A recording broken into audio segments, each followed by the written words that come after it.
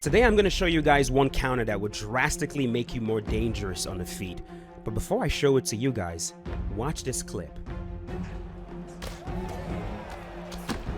Oh, the block counter was clean.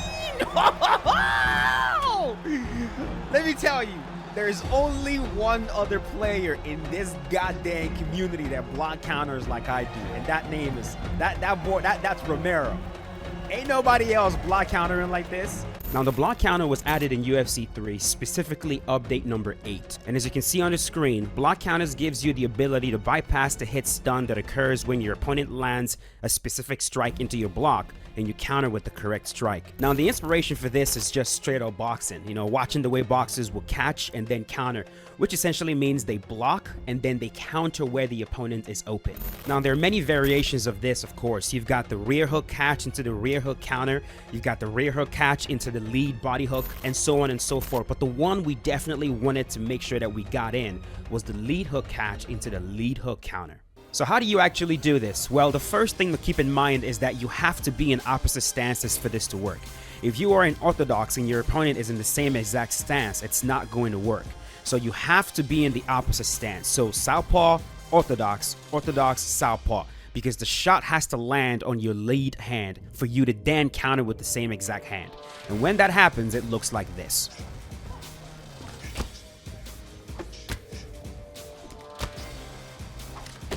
So that's one. Second thing to keep in mind is that you cannot land this counter if you wait to confirm that the shot actually lands on your block before you input the counter. It's not going to work. If you try to do that, it will look like this. As you can see, when you wait for the punch to actually land on your block before you input the counter, the opponent is going to be able to block your counter. And so that's not the way this is supposed to be done. The right way to do it is look at your fighter's blocking animation. The moment his hand touches his face, that's when you input the right hook. And when you do it correctly, it looks like this.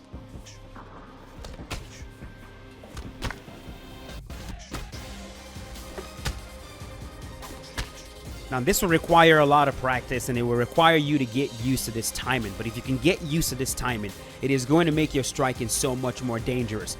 A lot of times when people are trying to break down your block or they're trying to pressure you, they're winging hooks at you. They're combining a bunch of shots with hooks. But if you pay attention to what they're doing and you key in that a lot of their shots are ending with the lead hook, what you can do is you can switch your stance to the correct stance and you can start block countering. And I promise you, a lot of players don't even know what the heck is going on and they'll keep winging those hooks into your block. And I'm going to show you guys an example of where that happened to me. Alright, so in this fight I am using Rose Namajunas, and you'll notice my opponent is going to start throwing left hook, right cross, left hook. That is the combination he wants to start things with. I noticed this right away and I'm going to go southpaw because I'm not going to sit there and deal with this combination, not what this game's tracking. So I'm going to switch to southpaw right away and start block countering immediately. As soon as that left hook lands on my guard, I am landing my own right hook. And you'll notice that my opponent has no idea what is going on because he does not make the adjustments that a player that knows what's going on will actually make. And that adjustment is the block counter, as potent as it is, there is a weakness to it. And the weakness is that you can still evade it. You can pull or you can backstep or you can slip. So if you notice that somebody is hitting you with the block counter, every single time you land on their guard and they're countering you, you can still pull and make the shot whiff. But not everybody knows that. And so right there, I bust him open. And my goal in this fight was to just demonstrate to my opponent that I am not somebody he is going to try to walk down and completely run through with Zhang Weili. And so right now, the left side of his face is completely busted up. And you'll notice me going from southpaw to orthodox, southpaw, orthodox, depending on where he's throwing the hook. So right there, he switches to southpaw and tries to throw his right hook into my guard, and he keeps getting countered with the block counter, and he has no idea how the hell this is happening. And I see this all the time. Players, they just don't understand why. As I sit him down with that beautiful block counter, and from here, after I drop them, you're gonna notice me back up. I'm gonna back up a little bit, and I'm gonna be like, okay, are you good? Are we good? Can we get back to some clean striking now? Because like my goal is not really to run this guy over. I wanted him to calm down. And you can see I've gained respect now. I've gained his respect, and this is what you have to do. If you don't gain a player's respect, if you don't put them down, if you don't rock them, sit them down, hurt them badly, punish them for trying to run you over. They'll just do it ad infinitum. And so right there, I've gained some respect, and you know, we can do a little bit of clean striking now. His head is absolutely dusted. His head health is gone.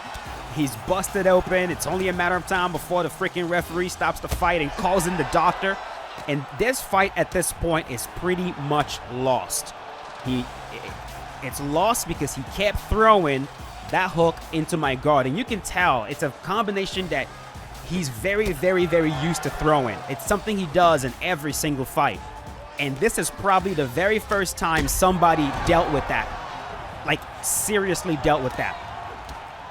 And so I don't know if he survived the first round. I think he did. But yeah, right here, I'm just waiting for him to go back to it because I know he's going to take a break. That's usually what happens. They take a small break from what they were doing, and they'll go back to it. There's no way they're not going to go back to it.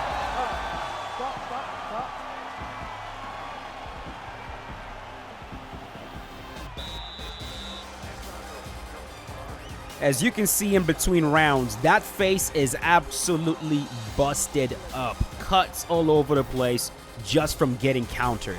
And that block counter will save you guys. It will. If you practice it, if you go into practice mode, have the AI, set the AI to throw hooks at you over and over again and practice that timing. Eventually, you will see it every single time that you fight. A lot of players are throwing lead hooks. They're throwing lead hooks. A vast majority of combinations they're throwing will either end with a lead hook or have a lead hook in there somewhere. And when you start to see it, I'm telling you, bro, you'll get to a point where players will not be able to throw lead hooks at you, or if they do, they know they will have to duck out the way or they will have to pull out the way after it hits the block. This is what I have to do when I fight Romero.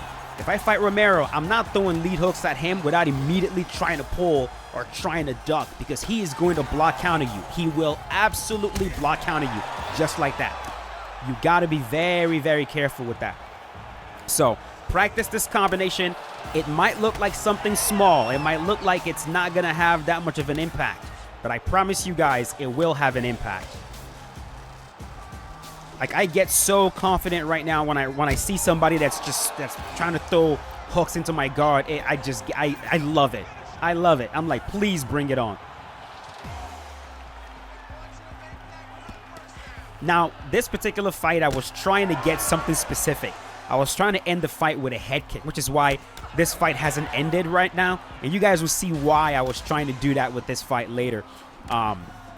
So, like, again, there are many avenues of stopping my opponent right now, but the goal, I wanted to get a head kick.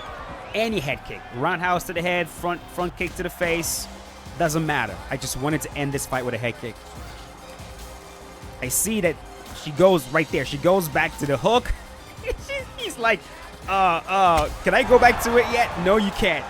You can't go back to it. And I get the roundhouse to the head, and the fight is over. So I'm going to leave it at that. If you guys need any additional help with that, let me know in the comment section. But go right ahead, practice that, and then report back to me. Let me know if you're having success. Of course, when you're done, don't just jump into ranked and try it. Go in quick match. Try to see if you can, find opponents who are throwing left hooks at you, or at least throwing hooks into your guard, into your lead guard. That's what you're looking for. Whether they're southpaw or whether they're orthodox, if they're throwing hooks into your lead guard, you can counter it, and it has to be the same side. All right. If they're southpaw, you gotta be southpaw. If they're orthodox, you gotta be orthodox for it to work. So go ahead, practice that. Report back to me, and I'll see you guys later with a brand new one. As always, stay safe, boys. Peace out. Have a good one.